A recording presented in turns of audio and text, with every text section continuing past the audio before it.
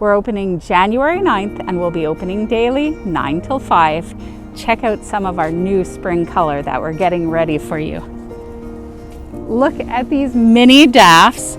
We've got the primulas and oh, they smell like spring.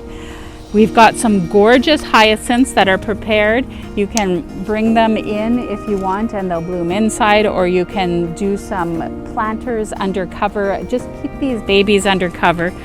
We've got some beautiful mixed baskets coming in, and look at all these crocus bulbs and hyacinths and mini daffs.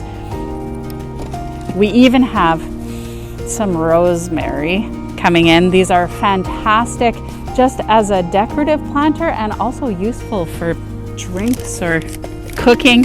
And check out this in the back here. We've got in some beautiful hellebores, and look at how heavy in bud they are. These are gorgeous perennials that bloom in the winter time. Absolutely lovely. We will see you soon.